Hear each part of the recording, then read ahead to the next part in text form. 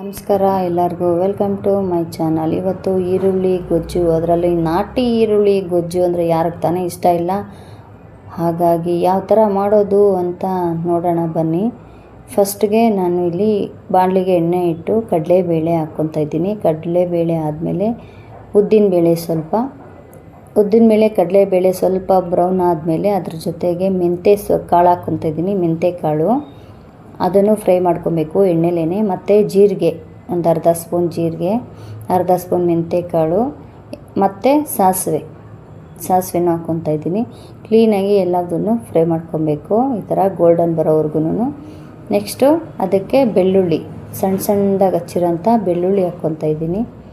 ಅದನ್ನು ಕ್ಲೀನಾಗಿ ಆಗಬೇಕು. ಮತ್ತು ಕರ್ಬೇವಿನ ಸೊಪ್ಪು, ಫ್ರೆಶ್ ಆಗಿರೋ ಕರ್ಬೇವಿನ ಸೊಪ್ಪು ಚಿಟಪಟ ಅನ್ನಬೇಕು, ಸಖತ್ತಾಗಿರುತ್ತೆ. ಮತ್ತು ಈರುಳ್ಳಿ ಕ್ಲೀನಾಗಿ ಕಟ್ ಮಾಡಿ ಹೊಟ್ಟೆಲ್ಲ ಬಿಡಿಸಿರೋಂಥ ಈರುಳ್ಳಿ ಕ್ಲೀನಾಗಿ ಅದನ್ನು ಕೂಡ ಎಣ್ಣೆಲೇ ಫ್ರೈ ಮಾಡಬೇಕು. ಚೆನ್ನಾಗಿರುತ್ತೆ ಟೇಸ್ಟ್ ಮಾತ್ರ. ಯಾರು ಈರುಳ್ಳಿನ ಇಷ್ಟಪಡ್ತಾರೋ ಅವ್ರಿಗಂತೂ ಸಖತ್ತಾಗಿ ಇಷ್ಟ ಆಗುತ್ತೆ ಈರುಳ್ಳಿ ಗೊಜ್ಜು.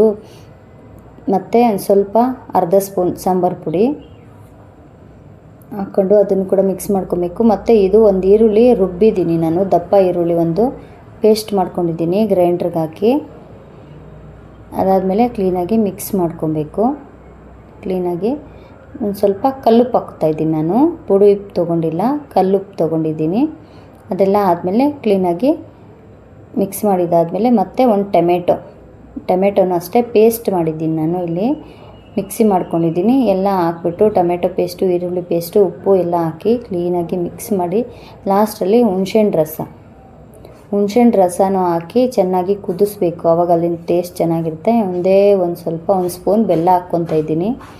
ಬೆಲ್ಲ ಬೇಡ ಅಂದವರು ಸ್ಕಿಪ್ ಮಾಡ್ಬೋದು, ಆದರೆ ನಮ್ಮ ಮಕ್ಕಳಿಗೆ ಬೆಲ್ಲ ಹಾಕಿದ್ರೆ ಇಷ್ಟ ಆಗುತ್ತೆ, ಹಾಗಾಗಿ ಬೆಲ್ಲ ಹಾಕ್ತಾಯಿದ್ದೀನಿ.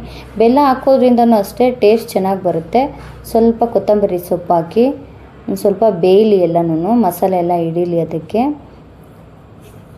ಈ ಥರ ಎಲ್ಲ ಬೆಂದಿದ್ದಾದಮೇಲೆ ನೋಡಿ ಎಣ್ಣೆ ಎಲ್ಲ ಬಿಟ್ಕೊಂಡಿದೆ. ಈ ಥರ ಎಲ್ಲ ಎಣ್ಣೆ ಎಲ್ಲ ಬಿಟ್ಟಾದಮೇಲೆ ಅದಕ್ಕೆ ಸ್ವಲ್ಪ ಕೊತ್ತಂಬರಿ ಸೊಪ್ಪು ಸೇರಿಸ್ಬೇಕು. ಕೊತ್ತಂಬರಿ ಸೊಪ್ಪು ಸೇರಿಸಿ ಕ್ಲೀನಾಗಿ ಮಿಕ್ಸ್ ಮಾಡಬೇಕು. ಎಣ್ಣೆ ಎಲ್ಲ ಬಿಟ್ಟಿದೆ ಆಲ್ರೆಡಿ, ಈರುಳ್ಳಿ ಎಲ್ಲ ಬೆಂದಿದೆ, ಮಸಾಲೆ ಹಾಕಿರೋದೆಲ್ಲನೂ ಬೆಂದಿದೆ. ಸ್ಮೆಲ್ ಮಾತ್ರ ಸಖತ್ತಾಗಿ ಬರ್ತಾಯಿದೆ, ಟೇಸ್ಟ್ ಕೂಡ ಸಖತ್ತಾಗಿರುತ್ತೆ. ಒಂದು ಸರಿ ಟ್ರೈ ಮಾಡಿ.